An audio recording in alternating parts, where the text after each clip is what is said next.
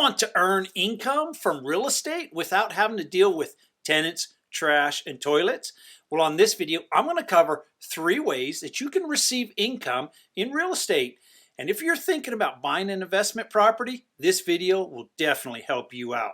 So let's get after it right now.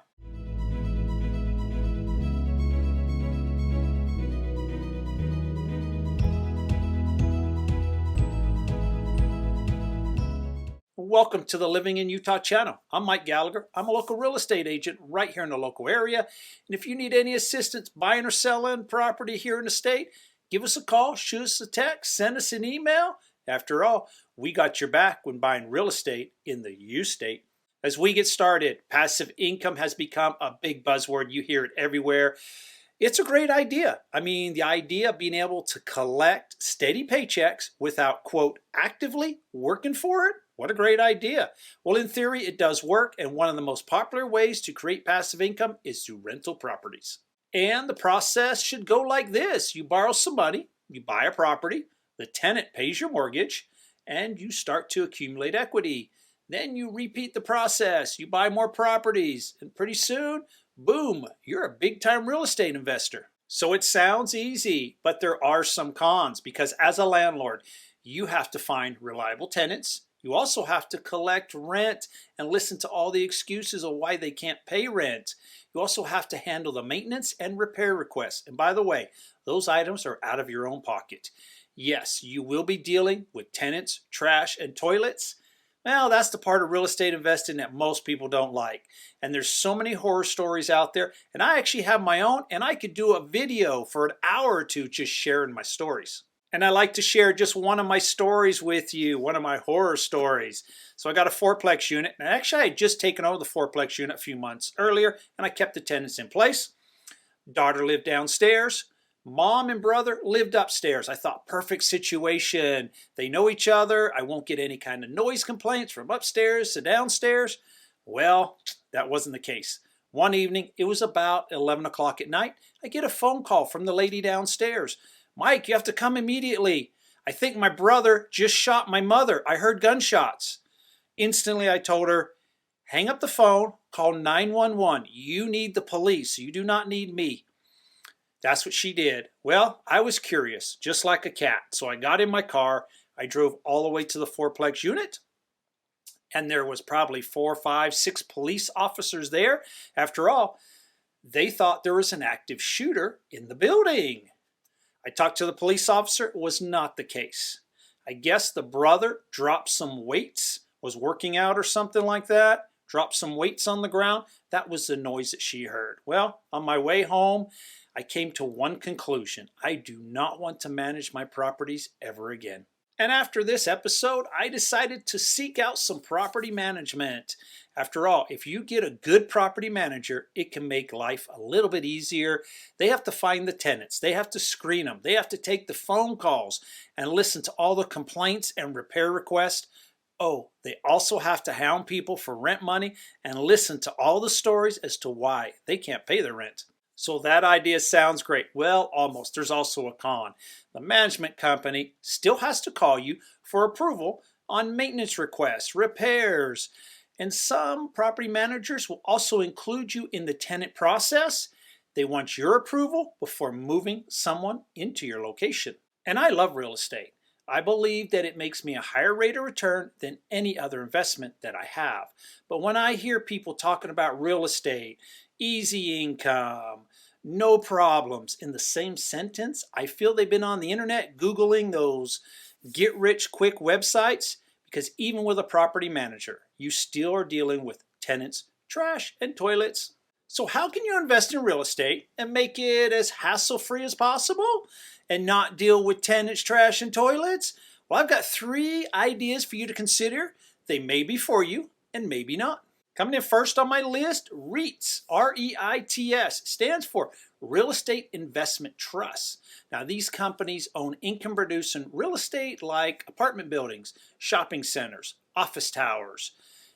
When I think of REITs, I think of like a giant landlord. They own a large portfolio of properties all over the country, and they collect rents, and then they pay their shareholders in the form of regular dividend payments. So as we talk about REITs, in order for the company to qualify as a REIT, they must pay out at least 90% of their taxable income to shareholders as dividends each year. Sounds great. It's always a win-win situation. Well, not always. REITs can experience tough times, and recently we just noticed that during the pandemic. There were several REITs that had to cut back their dividend and their share prices went down. As you know, during the pandemic, a lot of people had to work from home. So some companies left the office, the typical office building, and weren't paying rent in those locations anymore. Shopping malls, a lot of mom and pop businesses especially couldn't make it through the pandemic and moved out, shut down. Also restaurants, as you know, a lot of restaurants were shut down, and these companies owned a lot of real estate in some of those particular segments of the market. So after that bit of bad news right there, if you still would like to invest in REITs, it's pretty simple. They're publicly traded companies. And unlike buying a house at where you have to find the house, you have to get the bank financing, it takes weeks to close on a home. With a REIT, you can buy and sell anytime that the trading day is open for business. Coming in at number 2 on my list, you can invest in online crowdfunding. What is crowdfunding? Well, to explain it in a simple format, it's basically they are raising small amounts of money from a large amount of people so that they can invest in projects from rental properties to commercial buildings, even to parcels of land. And keep in mind that some of these platforms are for accredited investors only. After all, these investments can be tens of thousands of dollars. You're probably wondering, Mike, what is an accredited investor? Well, you need to have a net worth over a certain dollar amount, or you have to have income over a certain amount. The numbers do change from time to time, so I'd recommend that you look up what those exact numbers are. Now, if you're not an accredited investor, there are still opportunities to invest small sums of money. I do like the crowdfunding opportunity, especially if you ever wanted to get a slice of the pie from the big boys.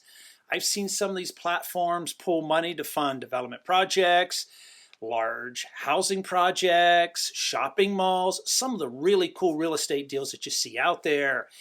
Keep in mind, if they are building from the ground up, it will be a longer commitment, and that also gives you a different risk-reward opportunity than it would with your traditional income-producing rental properties. And just back up a moment on some of these large deals. Keep in mind that some of these projects can take years to complete. Apart from your typical construction timelines that possibly would have some delays, there may be other challenges that come along. Sometimes they're dealing with local city officials, state officials, maybe even the federal government. And you can guess what I'm going to say next. It may be a while before you get a return on your money on these longer projects. Coming in at number 3 on my list, ETFs. Stands for Exchange Traded Funds. After all, if you're looking at a REIT or a crowdfunding deal, it does require some investigation on which deal might be best for you. Now, if you're looking for something that is a little bit easier or an easier way to invest in real estate, consider ETFs. If I had to describe ETFs, it's basically a portfolio of stocks. But the advantage is you can buy and sell these ETFs on the major exchanges anytime that the market is open. So if you need some money or want your money more liquid, it's a great way to buy and sell really quick. A couple ETFs that I've heard of. The first one would be the Vanguard Real Estate ETF. It provides you a broad exposure to U.S. REITs. Now, this fund invests in hundreds of stocks, and it gives you a wide exposure across the real estate industry. I'm familiar with another one, and I refer to it by its ticker symbol. That's XLRE. I always remember it because I think of extra large real estate. The actual name is the Real Estate Select Sector Spider Fund. Now, this particular ETF, it also invests in the real estate sector. So in conclusion, that's 3 options that I can think of on how you can invest in real estate without dealing with trash, tenants, and toilets. You may be able to tell by now. I like that saying. If you have any kind of questions, by all means, reach out to me. Glad to answer anything that I can. Till the next video, take care and stay safe. And I hope you don't have to deal with trash tenants and toilets.